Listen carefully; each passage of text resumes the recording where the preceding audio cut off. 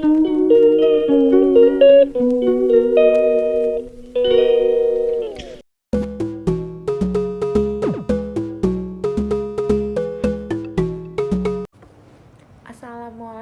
warahmatullahi wabarakatuh.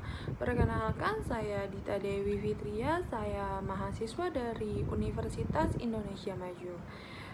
Tujuan saya membuat video ini untuk melakukan edukasi penanganan diare pada balita di Posyandu Melati Cibinong. Karena saya lihat-lihat di Posyandu Melati Cibinong ini masih banyak yang belum mengetahui gimana sih cara penanganan diare yang baik dan benar itu. Karena saya lihat-lihat ibu-ibu di Posyandu Melati Cibinong ini masih memberikan obat warung untuk penanganan pertama diare pada anak. Nah, maka dari itu saya akan melakukan edukasi intervensi penanganan diare pada anak agar ibu-ibu yang memiliki balita mempunyai pengetahuan gimana sih penanganan pertama jika anak terkena diare gitu ya. Saksikan terus videonya. Menjelaskan terlebih dahulu apa itu diare pada anak. Di sini ibu-ibu kan banyak yang belum tahu diare itu apa. Sebagian mungkin ya, dan sebagian orang mungkin udah banyak yang tahu diare pada anak itu apa. Nah, saya akan menjelaskan terlebih dahulu. Diare pada anak adalah kondisi saat si kecil mengalami gangguan pencernaan yang mengakibatkan lebih sering buang air besar ketimbang batas normalnya. Contohnya itu kayak dia sehari itu bisa 3 kali sampai 5 kali buang air besar. Nah, maka dari itu orang tua perlu lebih sigap karena anaknya lebih jadi sering bolak-balik ke kamar mandi. Dan tidak hanya itu, fesesnya tuh pun menjadi lebih lunak, bahkan bisa menjadi encer karena anak tersebut udah 3-5 kali buang air besar sedangkan tidak ada asupan atau cairan yang masuk ke dalam tubuh anak tersebut.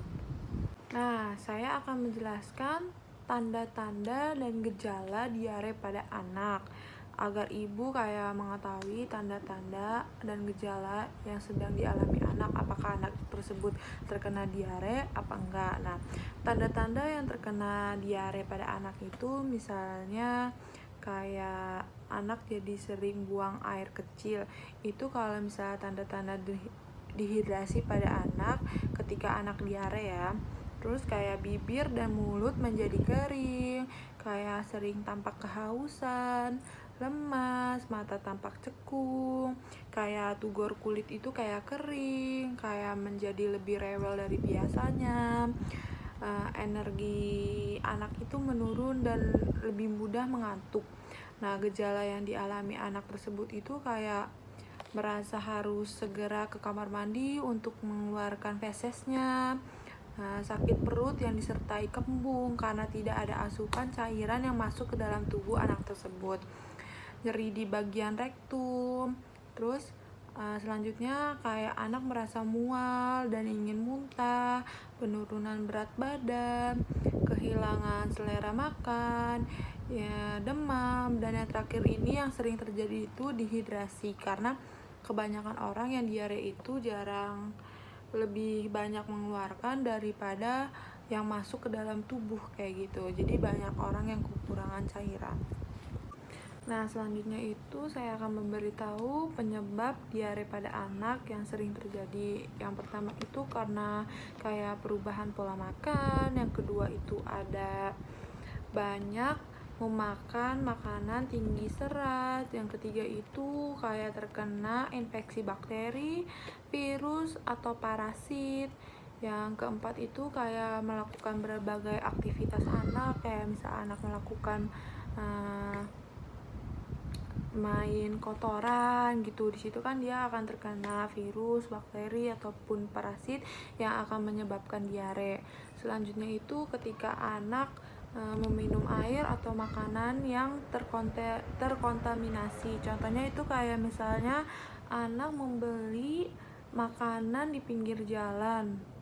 Nah, kita kan tidak tahu ya makanan itu gimana cara produksinya, cara pengelolaannya, dan bahkan ketika penyajiannya aja kita tidak tahu. Nah, keseringan anak-anak berusia yang masih kecil itu lebih sering banyak jajan kayak gitu.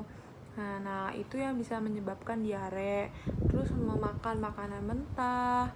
Nah, kebiasaan memasukkan jari ke mulut atau menggigit kuku. Nah, kita kan tidak tahu ya di kuku kita ini banyak bakteri. Kita nggak tahu bakteri apa yang bisa menyebabkan diare itu.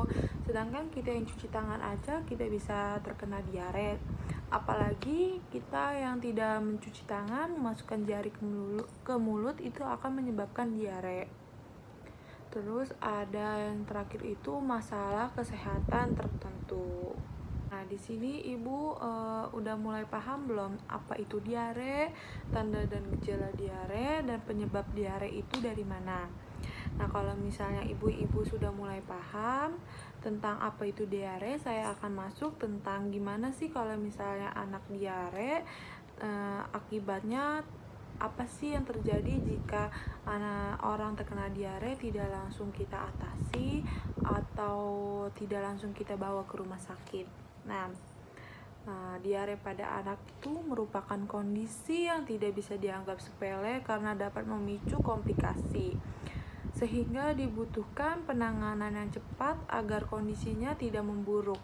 Jika misalnya kita tidak membawa anak kita lebih dari 3 hari karena mencretnya itu tidak berhenti, dalam 3 hari itu masih mencret 3-5 kali sehari dan tidak langsung dibawa ke rumah sakit atau kita langsung melakukan penanganan, itu akan membuat kondisi memburuk.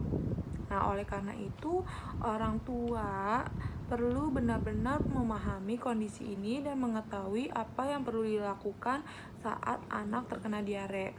Nah, penanganan pertama yang harus kita lakukan saat anak terkena diare itu yaitu membuat oralit. Nah, kita harus membuat oralit terlebih dahulu. Yang pertama itu kayak kita sediakan air, kita taruh gula dan garam, kita aduk, lalu kita suruh anak yang terkena diare itu meminum.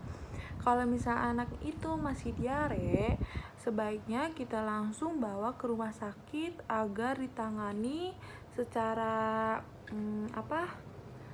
secara medis yang lebih bagus. Karena kalau misalnya kita tidak tangani secara medis itu kayak misalnya anak itu diare kan sampai 3 sampai 5 kali sehari itu dan tidak ada makanan yang masuk ke dalam tubuh karena anak itu terasa lemas dan mual. Nah, di situ akan menyebabkan anak itu dehidrasi, kekurangan cairan. Nah, sehingga membuat anak tersebut itu lemas.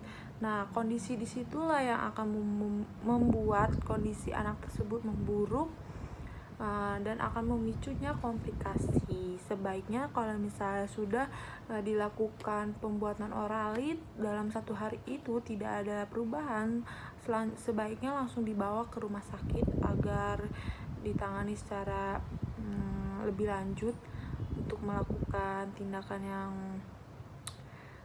selanjutnya kayak gitu.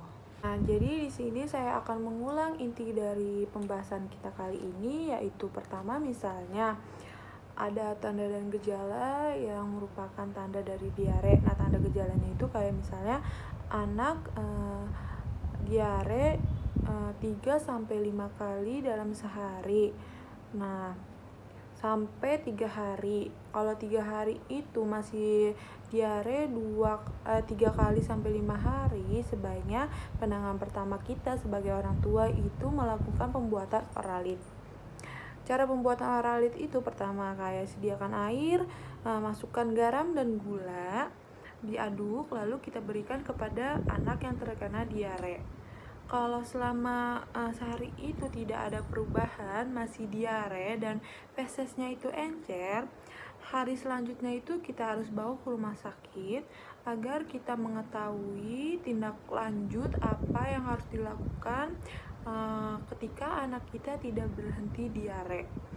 Karena kalau misalnya kita terus membiarkan anak kita rawat di rumah sakit, di rumah tidak ada dorongan kita bawa ke rumah sakit, nanti akan membuat kondisinya memburuk dan akan memicunya komplikasi. Karena misalnya dia diare, tidak mau makan, nah kita kan terus mengeluarkan cairan diare gitu ya, tapi tidak ada pemasukan yang kita masukkan ke dalam mulut anak tersebut. Kayak nanti jadi anak itu akan mengakibatkan dehidrasi atau kekurangan cairan.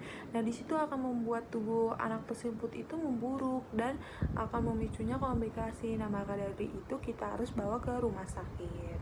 Nah sekian penjelasan dari saya, semoga dimengerti.